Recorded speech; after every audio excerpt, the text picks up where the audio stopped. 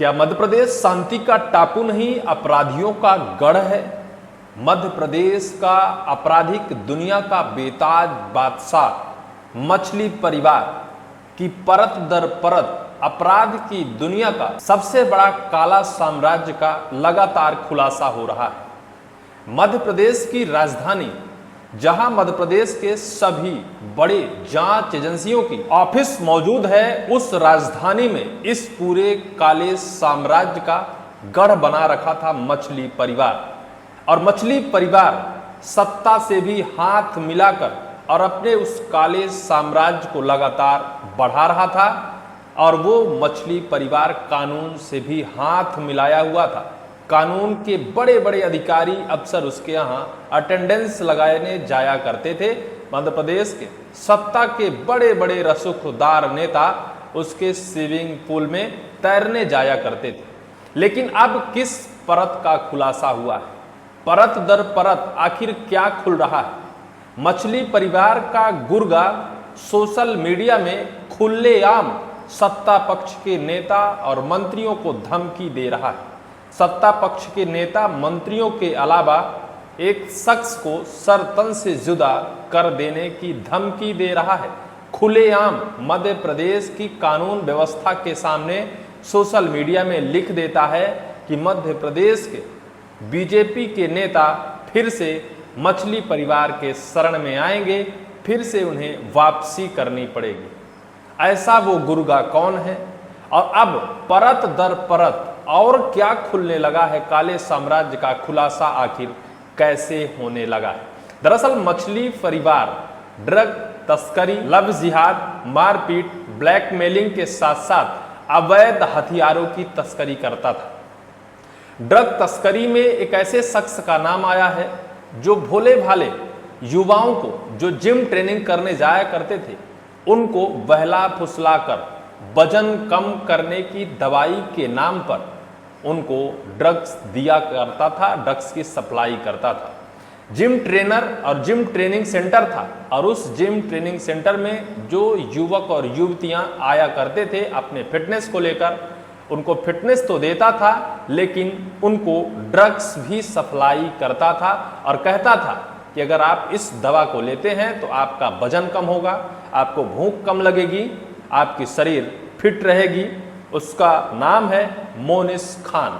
मोनिस खान एक ऐसा शख्स जो जिम सेंटर चलाता है, और इसके जिम सेंटर में हजारों सैकड़ों युवक युवतियां आते हैं अपने फिटनेस को लेकर, और उनको ये ड्रग्स देता है। कितने शर्म की बात है और कितने बड़े जुर्म की बात है। वो सामान्य शख्स जो शायद जिम में जाकर अपनी बॉडी फिट करते हैं, उनको ये ड्रग्स का सेवन कराता है, ड्रग्स दवाई के रूप में देता है। यही नहीं, इसके आगे भी एक परत अभी मध्य प्रदेश की पुलिस ने खोल कर रख दिया है। अवैध हथियार का जखीरा ये फैक्ट्री बना कर रखा था, जहां अवैध हथियारों का निर्माण ये कर रहा था। आप बता सकते हैं, आप सोच सकते हैं कि मध्य प्रदेश को शांति का टापू कहा जाता है। मध्य प्रदेश शांति व्यवस्था, मध्य प्रदेश चारों तरफ से देश के सभी राज्यों से घिरा हुआ राज्य है और मध्य प्रदेश सुरक्षित राज्य है। लेकिन मध्य प्रदेश के अंदर, मध्य प्रदेश की सख्त कानून व्यवस्था के अंदर यह मछली परिवार अवैध हथियारों की फैक्ट्री खोल कर रखा था। आज की वो फैक्ट्री नहीं है, तीन पीढ़ियों से उस फैक्ट्री को चलाया जा रहा है। अवैध हथियारों को लगातार सप्लाई किया जा रहा था, बेचा जा रहा था। एक तमंचे की कीमत महज 35,000 रुपए बताया जाता है। पुलिस ने एक संदेही को गिरफ्तार करती है, उसके पास से उस तमंचे को अरेस्ट करती है, जब्त करती है। इसके बाद पूरा का पूरा खुलासा होता है। लेकिन यह अवैध फैक्ट्री मछली परिवार के गुर्गे कहाँ चला रहे थे और किस स्थिति में किससे बेचते थे और किसकी आड़ में चलाते थे? दरअसल मध्य प्रदेश की राजधानी भोपाल और भोपाल से महज कुछ दूर टीकमगढ़ जिले में यह अवैध फैक्ट्री जो हथियारों का जखीरा बनाया जाता था, यह टीकमगढ़ में किया जाता था। टीकमगढ़ में जिस बिल्डिंग पर इस अवैध जखीरे का निर्माण किया जाता था, वहां के पड़ोसियों से जब पूछा गया तो हैरान करने वाला खुलासा सामने आया। वहां के पड़ोसियों ने कहा कि यहाँ तो कृषि यंत्र बनाए जाते हैं, कृषि में या किसानी में उपयोग किए जाने वाले वो आधुनिक यंत्र बनाए जाते हैं, जैसे खाद बीज छिड़काव के लिए जो आधुनिक तकनीकी के मशीन हुआ करती हैं वो यहाँ निर्माण किया जाता है। लेकिन जब पुलिस अंदर जाती है, पुलिस जब अंदर का वो दृश्य देखती है जहाँ वो सारे कलपुर्जे बिखरे होते हैं, तमंचे आधे बने बनाए पड़े होते हैं, वहाँ जो कच्चा रॉ मटेरियल पड़ा होता है उसे देखकर पुलिस भी हैरत में पड़ जाती है। लेकिन जिस तरह से मछली परिवार का यह काला साम्राज्य वो सब कुछ करता था जो शायद अपराध की दुनिया का सबसे बड़ा अपराध माना जाता है, यहीं तक सीमित नहीं है। कल एक सोशल मीडिया में पोस्ट आया है, शैलेश जैन कहा जाता है मछली परिवार का यह एक गुर्गा है, और उसने अपने सोशल साइट पर एक पोस्ट किया है। उस पोस्ट में खुलेआम धमकी मध्य प्रदेश के नेताओं सहित अभिषेक जैन नाम के एक शख्स को दिया है। उसने लिखा है, सारिक भाई भगवान की तरह पूजनीय है, आज नहीं तो कल भाजपा नेताओं और मंत्री के सारिक भाई के सामने झुकना पड़ेगा। यह सब जिसने मुझे ब्लैक किया अभिषेक जैन भोपाल की वजह से हुआ है, उसको तो मैं और सारिक भाई ही बीच चौराहे पर सरतन से जुदा कर देंगे। भाई ये पोस्ट देखकर तो भाई मेरा भी धड़कन तेज हो जाती है और मेरा भी सीना धक धक करने लगता है।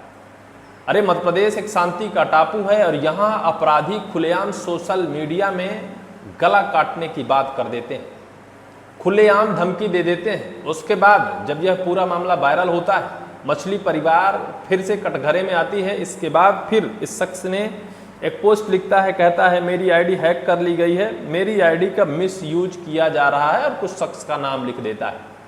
मध्य प्रदेश की कानून व्यवस्था से हम विनती करना चाहते हैं, आखिर ऐसे अपराधियों को कौन पनपने दे रहा है, कौन पाल पोस रहा है।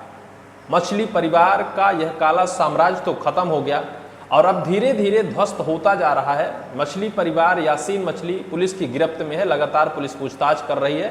निश्चित तौर पर मोहन सरकार सक्रिय और सजग है, ऐसे अपराधियों को मध्य प्रदेश में पनपने नहीं दी जाएगी। लेकिन यह मछली परिवार का काला साम्राज्य आज नहीं पनपा है। 40 वर्ष से मध्य प्रदेश में इस काले साम्राज्य की स्थापना कर रहा था। मछली परिवार जो एक पहले मछुआरा था और मछुआरे से बनता है मछली परिवार, और फिर लव जिहाद, ड्रग्स जिहाद, ब्लैकमेलिंग, मारपीट, अवैध हथियार की तस्करी, अवैध हथियार का निर्माण, मध्य प्रदेश में लड़कियों के साथ छेड़छाड़, उनके साथ अवैधानिक कृत्य, और लगातार इन सारे कुकर्मों पर यह पास हो जाता है। लेकिन अंततः इसका जो अभिषेक जैन नाम का एक शख्स है उसकी शिकायत पर इसके ऊपर कड़ी कार्रवाई की जाती है। लेकिन अब अभिषेक जैन नाम का जो शख्स है उसे लगातार अब जान से मारने की धमकी मिल रही।